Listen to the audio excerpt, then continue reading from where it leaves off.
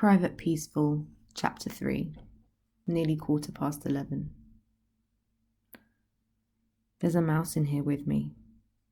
He's sitting there in the light of the lamp, looking up at me. He seems as surprised to see me as I am to see him. There he goes. I can hear him still, scurrying about somewhere under the hay rack. I think he's gone now. I hope he comes back. I miss him already. Grandma Wolf hated mice.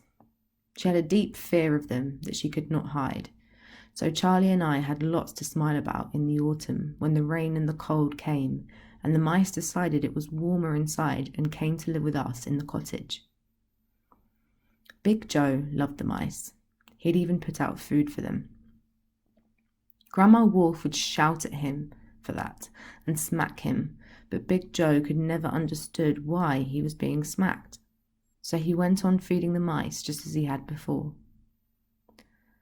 Grandma Wolf put traps down, but Charlie and I would find them and spring them.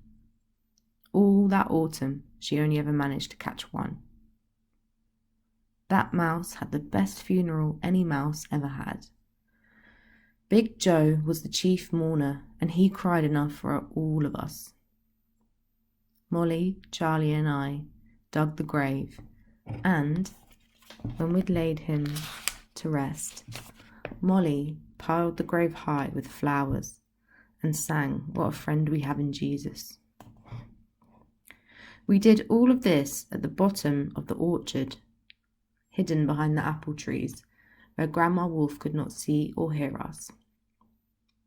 Afterwards, we sat in a circle round the grave and had a funeral feast of blackberries. And then, with blackened mouths, we all sang Oranges and Lemons over the mouse's grave. Grandma Wolf tried everything to get rid of the mouse. She put poison down under the sink in the larder. We swept it up. She asked Bob James, the wart charmer from the village with the crooked nose, to come and charm the mice away. He tried, but it didn't work. So in the end, in desperation, she had to resort to chasing them out of the house with a broom. But they just kept coming back in again. All of this made her nastier than ever towards us. But for Charlie and me, just to see her frightened, silly, and screeching like a witch was worth every smack she gave us. In bed at night, our Grandma Wolf story was changing every time we told it. Now, the Colonel and Grandma Wolf didn't have human children at all. Instead, she gave birth to giant mice children, all of them with great long tails and twitchy whiskers. But after what she did next, we decided that even that horrible fate was too good for her. Although Grandma Wolf did smack Molly from time to time, it soon became obvious that she liked her a fair deal better than the rest of us. There were good reasons for this. Girls were nice. Grandma Wolf would often tell us, not coarse and vulgar like boys. Besides, she was good friends with Molly's mother and father. They lived, as we did, in a cottage on the Colonel's estate. Molly's father was groom up at the big house. They were proper people. Grandma Wolf told us, good, God-fearing people, who had brought their child up well, which meant strictly. And from what Molly told us, they were strict too. She was forever being sent to her room or strapped by her father for the least little thing. She was an only child of older parents and, as Molly often said, they wanted her to be perfect. Anyway, it was a good thing for us that Grandma approved of her family. Otherwise, I'm sure she would have forbidden Molly to come and see us.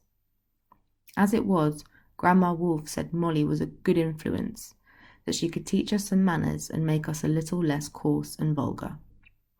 So, thank goodness, Molly kept coming home with us for tea every day after school. Not long after the mouse's funeral, it was Big Joe's birthday. Charlie and I had got him some humbugs from Mrs. Bright's shop in the village, which he always loved, and Molly brought him a present in a little brown box with air holes in it and elastic bands round it. While we were in school, she kept it hidden in the shrubs at the bottom of the schoolyard. It was only because we pestered her that she showed us what it was when we were walking home. It was a harvest mouse.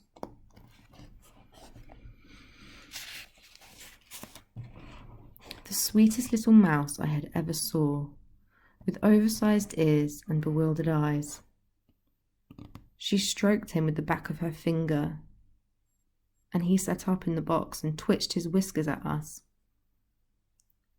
She gave him to Big Joe after tea, down in the orchard, out of sight of the cottage, well hidden from Grandma Wolf's ever-watchful gaze. Big Joe hugged Molly as if he'd never let her go. He kept the birthday mouse in his own box and hid him away in a drawer in his bedroom cupboard. He said it would be too cold for him outside in the woodshed with all of his other creatures. The mouse became his instant favourite. All of us tried to make Big Joe understand that he mustn't ever tell Grandma Wolf, and that if she ever knew, she'd take his mouse away and kill it. I don't know how she found out, but when we came home from school a few days later, Big Joe was sitting on the floor of his room, sobbing his heart out, his drawer empty beside him. Grandma Wolf came storming in, saying she wasn't going to have any dirty, nasty animals in her house. Worse still, so that he'd never bring any of his other animals into the house, she'd got rid of them all. The slow worm, the 2 lizards, the hedgehog. Big Joe's family of animals were gone, and he was heartbroken. Molly screamed at her that she was a cruel, cruel woman, and that she'd go to hell when she was dead, and then ran off home in tears. That night, Charlie and I made up a story about how we'd put rat poison in Grandma Wolf's tea the next day and kill her. We did get rid of her in the end too, but thankfully without the use of rat poison. Instead, a miracle happened. A wonderful miracle. First, the Colonel's wife died in her wheelchair, so we didn't have to push her into the lake after all. She choked on a scone at tea time, and despite everything, Mother did try to save her. She just stopped breathing. There was a big funeral, which we all had to go to. She had a shining coffin with silver handles piled high with flowers. The vicar said how loved she was in the parish, and how devoted her life to caring for everyone on the estate, all of which was news to us. Afterwards, they opened up the church floor and lowered her into the family vault while we all sang Abide With Me. And I was thinking that I'd rather be in Father's simple coffin and buried outside where the sun shines and the wind blows, not down in some gloomy hole with a crowd of dead relatives.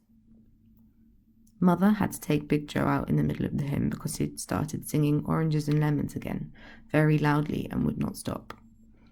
Grandma Wolf bared her teeth at us, as wolves do, and furrowed her brow in disapproval. We didn't know then, but very soon she would disappear almost totally from our lives, taking all of her anger, all of her threats, and disapproval with her. And that's where we're going to pause.